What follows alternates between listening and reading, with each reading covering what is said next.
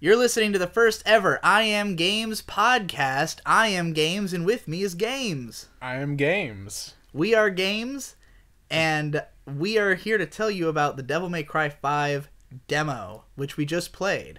Yeah, we played it, like 10, 15 times in succession?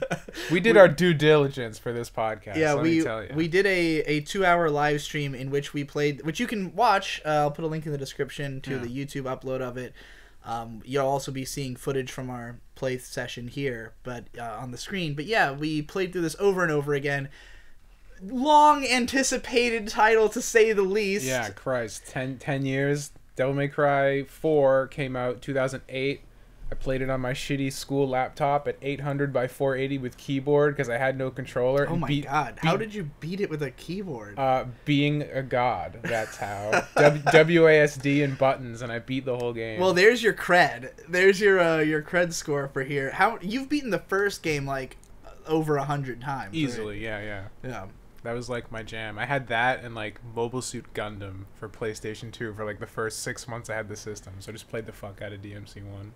So you've talked just now on the stream. You were talking about how your rating of the Devil May Cries. You most love the first one. Yeah, it's not the best one. It's just my favorite one. Right. What would you consider the best? The best one is probably 3. 3. Okay. I mean, everybody says 3 is the best. Right. And well, there's a contingent of hardcore people who like 4's mechanics because with Dante you can switch the styles on the fly because they map all 4 styles to the D-pad. Yeah. So in the middle of a combo you can switch styles and like it opens up his gameplay mechanics to an insane degree.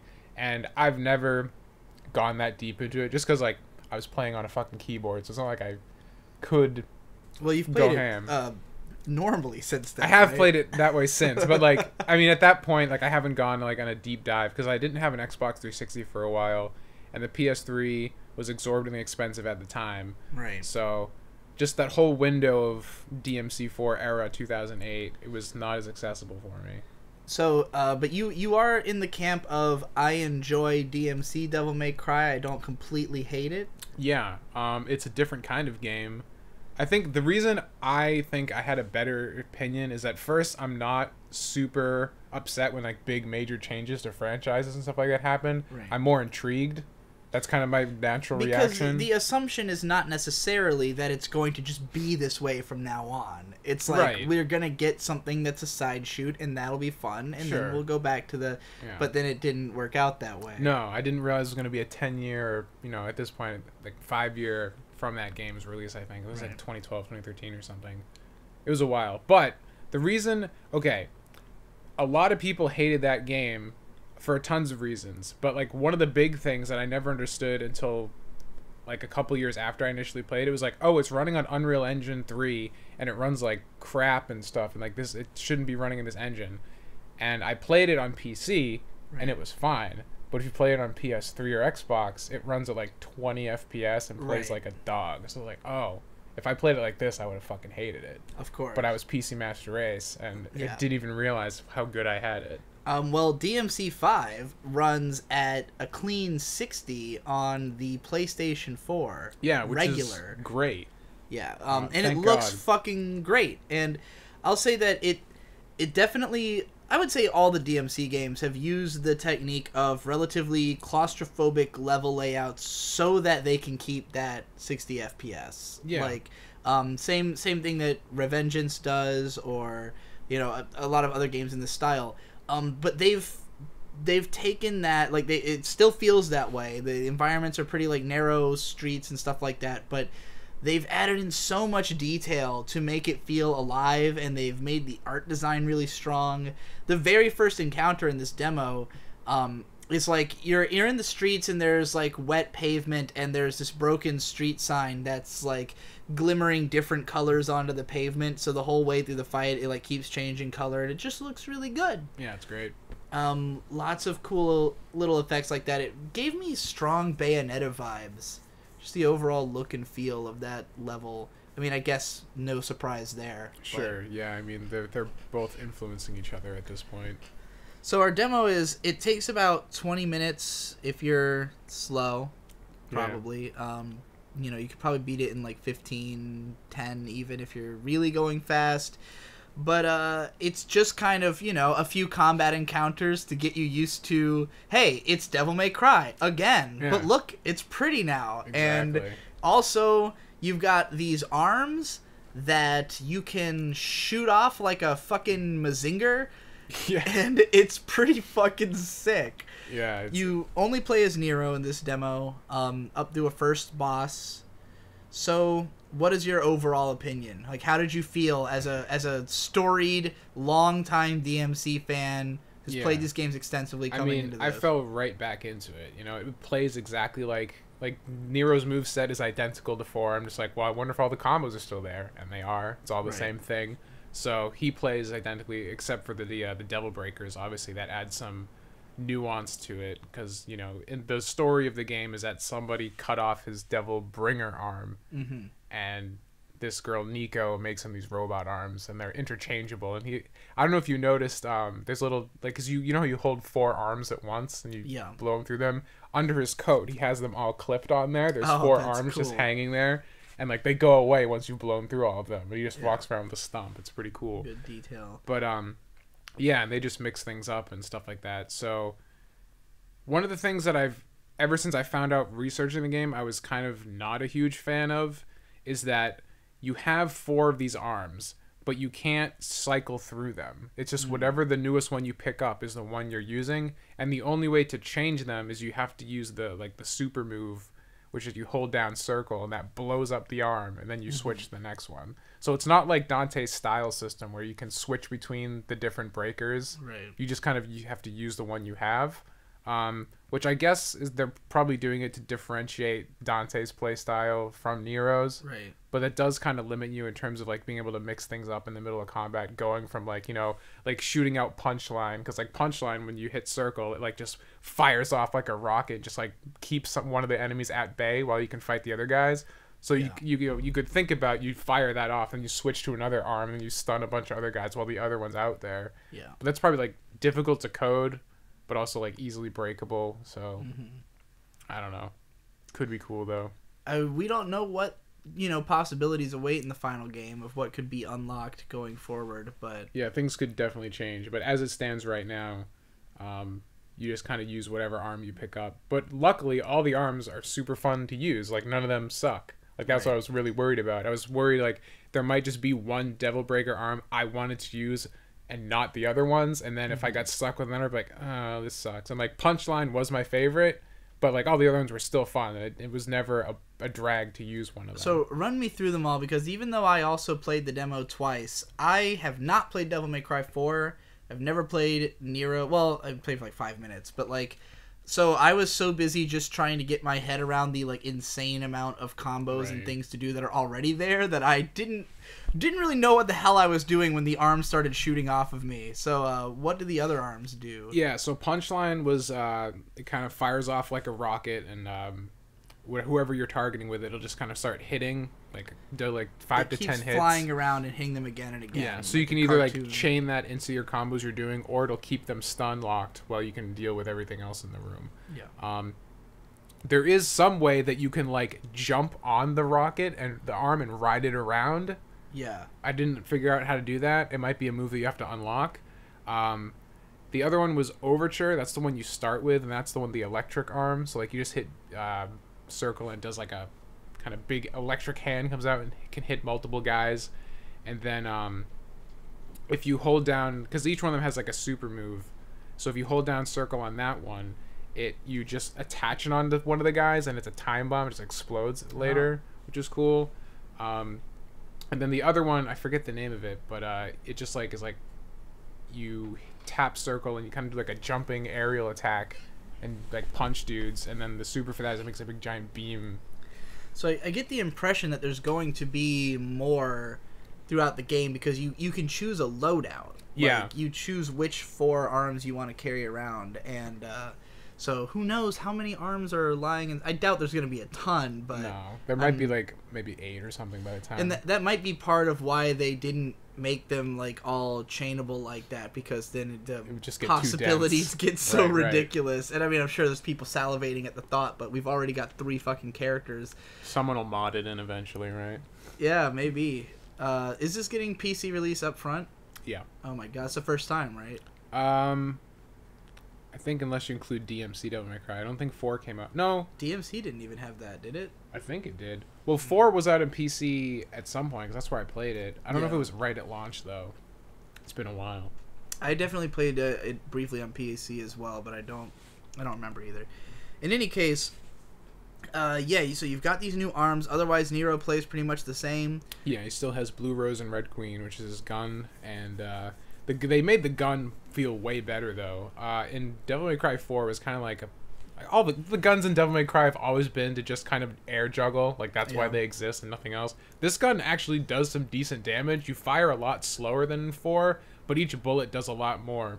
And in DMC4, there was a charge shot where it fired like a blue like energy orb, which was kind of cool, but not really good. And this one, you don't stay stationary while you're charging it up. You can walk around slowly, so it's a bit easier to charge. And when it's fully charged, he loads 3 special rounds that do way more damage. Yeah.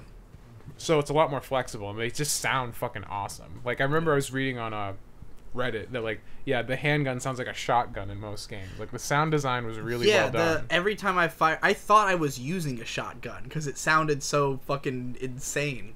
Yeah, the Nero, the only complaint I have is that he doesn't use, like, when he uses his grappling move, because of the fact that he no longer has his old arm, you don't have that cool ghost effect anymore. Now it's just like just sort of a orange line. Yeah. Well, there's a little, like, grappling hook at the end of it that fires out from the palm. But yeah, it's just a grappling hook that looks very... It's not as cool. Yeah, it doesn't look nearly as memorable or cool as the other one. And you were speculating that he'll probably get the hand back at some point, but that kind of makes you feel like you're having to work to get something that you started with before, you know, which I don't like the idea of. They'll probably expand the moveset and make it cooler. Yeah, it could be. Hopefully. It'll be a super devil bringer or something. But yeah, that's the only thing that's a letdown, is just that looks less cool. But otherwise, Nero, how do you feel about his updated design? Because he used to look more anime pretty boy kind of, and a lot of people shit on him for that back then. Now they've made him more of like a gruff, like, he looks more like Dante. Like, he looks kind of a lot like him in a... If Dante went to the gym for a while and got more jacked. Yeah. But I don't know, it works. I mean, he doesn't have the shit-eating look on his face that Dante did, so he's a little more approachable. Yeah. He doesn't just look like a Brad Pitt clone, but... he's kind of like a square-jawed, like... Yeah. It's kind of like, hey, Nero grew up. Cool. I mean, like, he that did. Was how I this felt, game takes place, like, 10 plus years, I think, after 4. And I feel...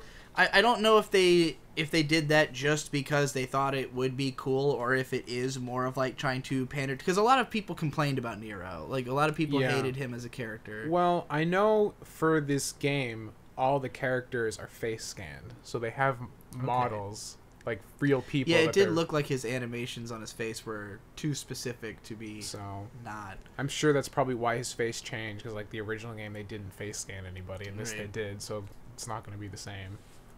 Yeah, I think he looks good. It's fine. His hair is a little weird. It's kind of short and boring and generic, but I'm not. You're not gonna complain about it. It's been 10 years. I'm not gonna go to war over something so menial at this point. How do you feel about the level design?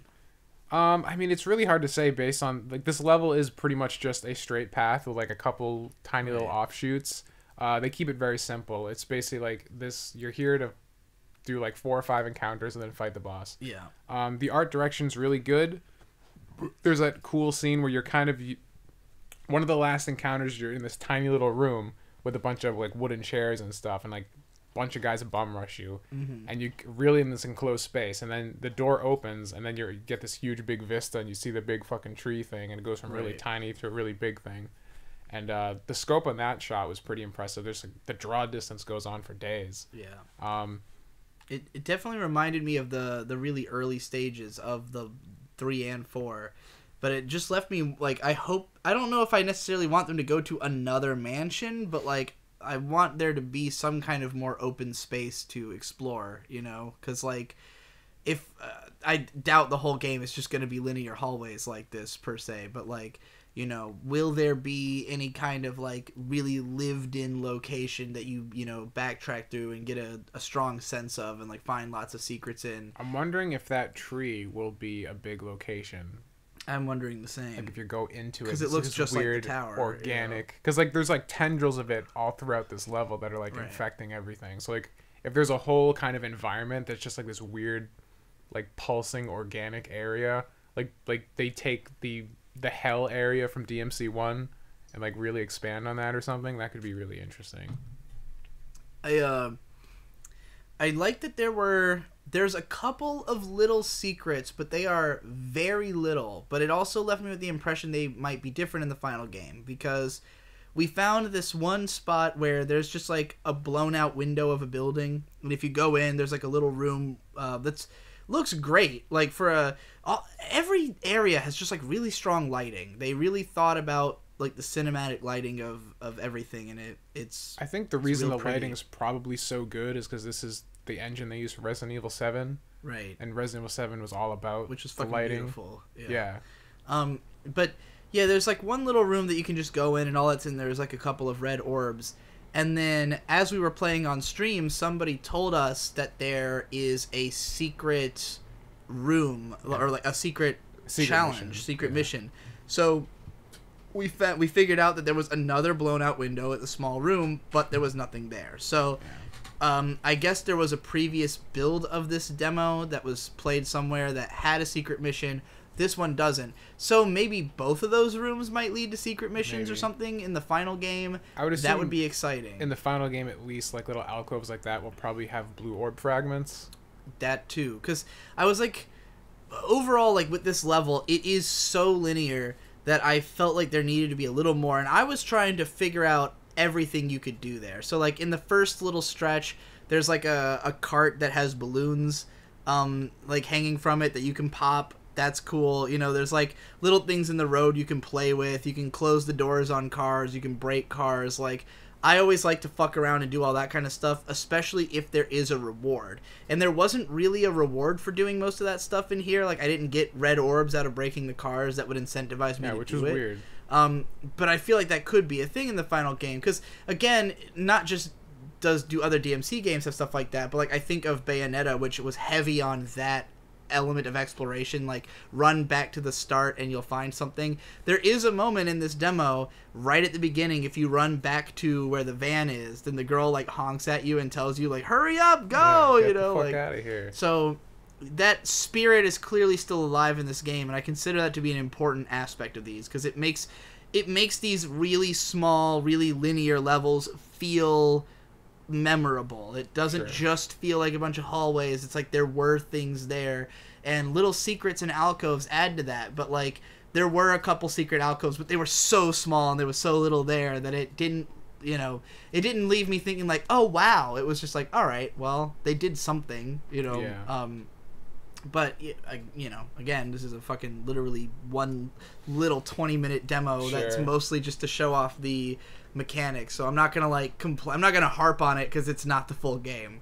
But like, overall, I was just like kind of satisfied that there even were things like that. It was reassuring to know that they are in the headspace of creating a game that is as true to the identity of the originals as I think they could be. Like nothing about this did not scream Devil May Cry. Yeah. There was no moment that it was like, oh, this feels out of place or this is different. If anything, it might have been too safe. Like it might have felt a little too much like Devil May Cry 4. What do you think? Do you have any possible complaints about that, or are you just happy to have more of it? I mean, I'm happy to have more of it. I would love to see them push the series forward, and I think V could be something like that, because he's a new character. He's gonna have a whole new gameplay paradigm, with like summoning familiars and stuff. In case nobody else has said it yet, we want to be the first to say Chaos Legion. Yeah, it definitely has a Chaos Legion vibe. A game that nobody remembers for the PS2 that we played. We played it briefly, I think. Did we play it on stream at all? I don't think so. I think we just briefly played it to test it for a stream. I think you were playing it. And it was weird as fuck. But it's the style that has been described as how V plays. And it's a Capcom game from the mid-2000s. And it seems like the character V is basically Chaos Legion reimagined as a character in Devil May Cry, which is simultaneously concerning and interesting. So yeah, he's just like this weird kind of like thin guy who kind of looks kind of ugly, and he's covered in tattoos. But every time he summons a guy, the tattoos get removed. Oh, that's cool. And then he just walks around with a cane, and he can like just slowly walk around the battlefield. But all these demons do all this shit, and then occasionally just come in and like poke, and then go back out. And that seems to be his mechanics from what little they've shown of him so far. But as long as they do Chaos Legion, because like Chaos Legion is a really interesting game. It's just like it's hard to wrap your head around, and I just don't think that they made it as well as they possibly could. You know, like, I think I would be interested to see the mechanics of that expanded on. But anyway, to return to the demo, right? What did you think of like the enemies, encounters? I mean, the thing is that this demo is very easy, so it never felt like it was pushing you to like really test your skills. It's like you get into a room with like 10 enemies in it, and you just fucking bowl through them, because if you know the combos at all, then what the hell trouble are you gonna have? You know? Sure. Yeah. All the enemies in this game are pretty much like the low tier basic bitch enemies from all the Devil May Cry games. A dude with a scythe that you just fucking power through. They're basically the mannequins, but it's a different type of enemy. So, and then there's like these little wasps. They didn't seem like a threat. I don't really know what they're supposed to do. No. Like, it really did feel like we were just tearing through the game for the most part. I wouldn't be surprised if the game was like on a lower difficulty than the final thing. That too. It felt very non-aggressive. Like the enemy moves were very highly telegraphed, and there was like huge gaps of they just stand around and be like, are you gonna hit me or what? Yeah. Like that's what they're paying me for. Like, come on. So there's also though a boss encounter, which is, while it is a little bit easy, it is pretty ill, and I died to him both times I played, because I played through twice, and the second time I got the boss down to a bee's dick of health and fucking got one killed. Pixel. Yeah, but was not. So it's not so easy that nobody will have trouble with it at all. Though it also wasn't like I was playing like sensibly. Right. I was kind of like I'm not the best. The run I did right before, I didn't get hit. Yeah, so. You did a no hit. What did you think of the boss fight though? It was good. I mean, it's very like I was saying, it felt very much like the demo from Devil May Cry 4, the first boss from that. He's like a big dude who has like very large telegraphed hits, and the way you fight him effectively is to just keep grappling him, stay airborne, and like keep your double jump so you can jump away from him when he swings at you. Yeah. And I mean, it's fun, it's good. I liked the interesting thing with this boss is that it had like 3 stages. You started on top of a building, then the ceiling collapses and you fight him in a small area, and then as he's throwing shit at you, the wall collapses, you go back out into an open space again. Right. And that was really cool. And his moveset changes as you go through the phases. I hate to be the boy who cried Dark Souls, because I know that other people will, and for what it's worth, Dark Souls takes influence from DMC anyways, but like when you first start fighting him, you're on this like narrow bridge, and it reminded me a lot of the first like Minotaur fight from Dark Souls 1, as well as the fight on the bridge in Bloodborne. And then he falls through the floor, and it was almost exactly the same as fighting the Stray Demon in Dark Souls. So I was just like, okay, this is fucking Dark Souls. But then the boss, like immediately after falling, the boss grabs one of the pillars holding up the room underneath and starts swinging it at you. So I was like, okay, that's new. Like, it's cool that he uses parts of the environment. And then like as he keeps doing that, the place falls apart, and like the wall falls open, and you go outside, and that's when the fight really gets interesting. Because at first, when you're fighting him on the bridge, he's just kind of swiping at you, and you're just beating him up, and like it's pretty easy to dodge his attacks. Then you get down into the cathedral, and he's like trying to hit you with stuff, but it's just so easy to dodge him because he's big and slow, almost like a Dark Souls boss, but you are fast as shit, and you can jump around and get on his head and get on his back. Once you get outside and he starts using like way harder to dodge moves, he starts hitting you with fucking giant charge beams and using tornado attacks. He's trying to suck you into his stomach. That's when it's like, okay, this is a proper Devil May Cry boss fight, you know? Yeah.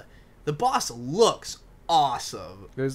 All the visuals in this game are just insane, and like the art direction for the guy was really cool too, and just even from a technical standpoint, like you get when they zoom in close, there's tons of little like hair details and things like that, and it's just like, wow. They're not all moving or anything. No, they're not like dynamic or anything, but just like each one of those is like, a polygon. Right. So like just to dump all that detail on the guy is pretty crazy. Yeah.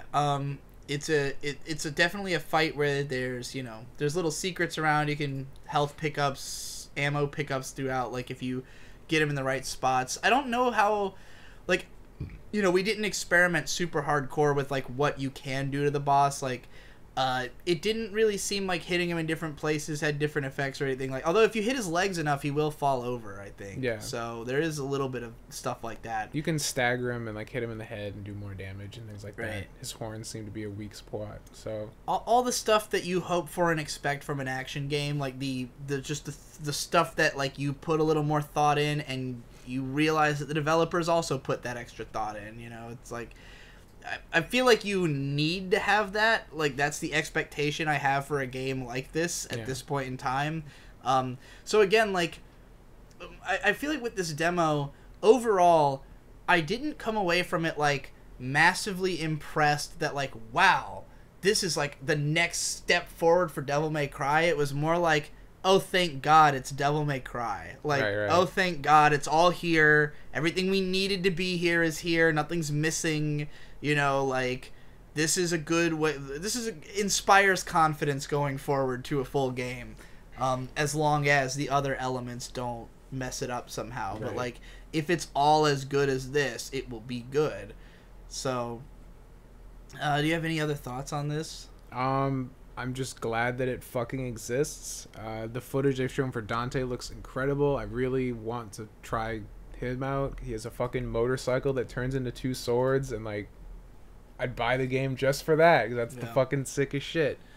V's gonna be the big question mark. As long as he's fun, I'll say that for me, and this is part of why I didn't get that far in Devil May Cry 4 as well, is that playing Nero in particular, there's a pretty high skill floor to really make it feel great, because like his moveset, he moves slowly. Like, his attacks are very like, he swings slowly, and if you just keep mashing triangle, you're not gonna see like him matching your movements, No.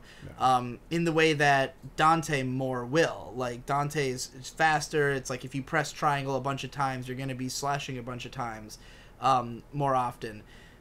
With Nero, it's more about timing your button presses to go into different combos and timing the grapples, the air juggling, and all that stuff. And like, once you get all that down, combat is just one seamless flow. It's just like you don't even have to leave the air. You can just be constantly dragging enemies up to you, coming to them.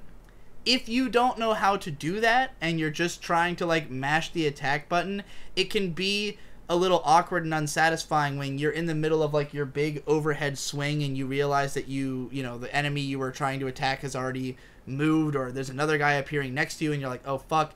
And that brand of thinking on the fly, I mean, it's kind of what the game's about. So I would just say to anyone who is like me, if you're struggling with that, you have to change the way you think about the game. Like, and anyone who's played the other games will have already experienced this, but I'm talking to new players. If you haven't played DMC4, don't try to just mash buttons. The point of it is the timing of the button presses, the thinking on the fly while also knowing your combos well.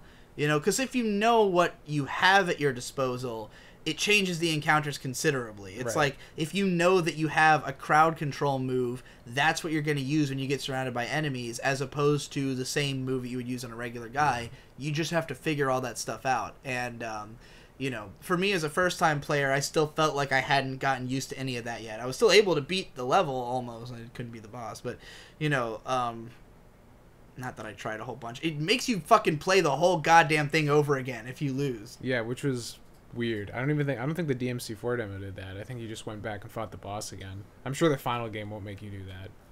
But yeah, I mean, Devil May Cry as a series is about knowing your arsenal and using it effectively. Yeah. I mean, in the first game, even like if you just hit triangle over and over again, it's just a 3-hit combo, and you're not going to be able to beat the game doing that. You got to mix it up. And the game rewards you for doing that. Like, the style system is designed to basically kind of force you into doing that, because if you just keep using one combo, you're never going to get above like a C rank. So you got to keep mixing it up, and it forces you to kind of like, okay, what are all these different things I can do, and how do they all chain together? And like that's the optimal way to play the game. And what's nice about this demo, at least, is it gives you a lot more at Nero's disposal than DMC4, because in 4 they only gave you one combo to start with, right? Which was like really like an uphill battle to like start gearing up for it's that. funny you say that, because what I was wondering is this actually going to be how it is right from the start in this game? Because, and maybe this is just why the enemies are so easy, because when I think back to DMC 1 or 3, it starts you off with less. You have time to like figure out the basics before you start introducing all the crazy shit. In this game, it's like right off the bat, there's a ton of shit that you could learn. And like, again, they've made it so you can beat it without having to learn every fucking combo, but it just isn't as satisfying as if you know all the combos, you know? So, I mean, maybe they just have more faith in the players, or maybe it won't actually be like this in the final version. This demo is just so that to sate the long-term players. It's hard to know until the final game comes out. But, I mean, they even let you unlock...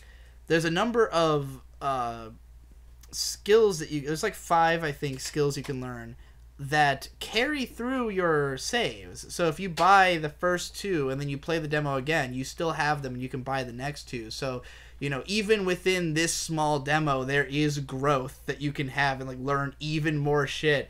But like, there was so much going on that, like I said, I didn't even really use the arms because I was just trying to get a handle on the goddamn basic combos. It's funny to hear you say that, because like for me, I was playing, and obviously as someone who's experienced, I felt the other way. Like in the beginning, I was like, oh, there's not enough to do. Like I only have one aerial combo. Like this sucks. And then I bought the second one. I'm like, there we go. Now I can mix it up and like use that. And so, yeah, once you get the hang of it, it's because like it's all done with one button, which is the great thing with Devil May Cry, is that you don't have to memorize combinations, terms like square, circle, triangle, whatever. It's just like the timing of one button determines the moveset. Yeah.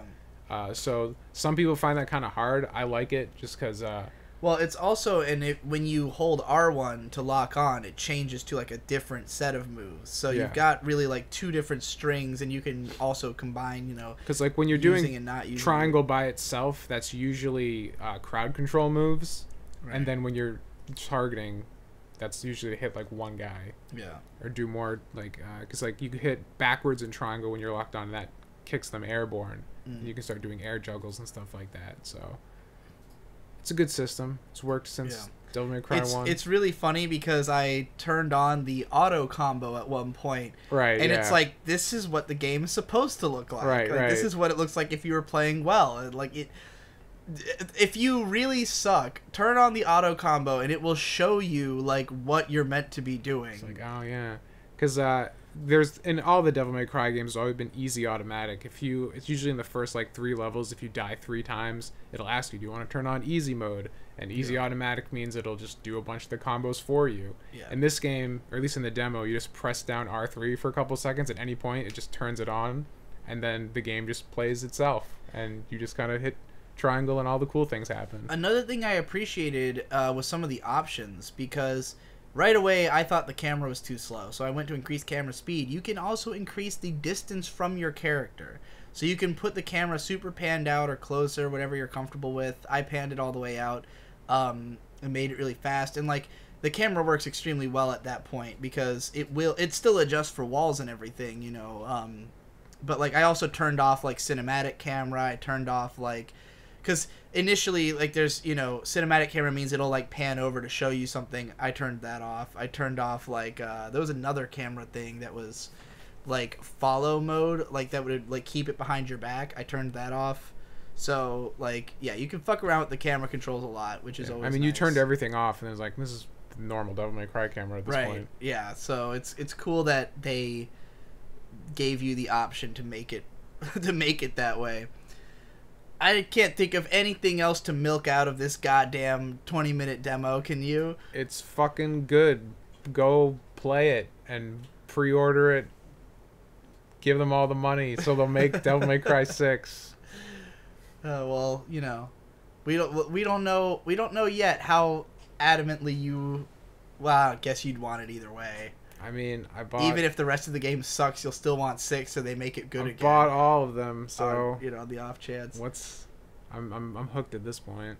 All right, everybody, let us know what you think about this podcast format for this channel, because we just haven't really had like the time to work on regular ass gaming videos for this channel, and it's been really confusing to figure out what we should cover, like what would be good. And this demo, I don't think it would have made sense to make a edited video about this because we didn't really have a like specific point so much as just observations on the nature of it. So if you like this kind of thing, we could easily do more of these. Like we could just play games together and do podcasts and talk about all the mechanics in depth, as opposed to trying to make like a formulated point about a game.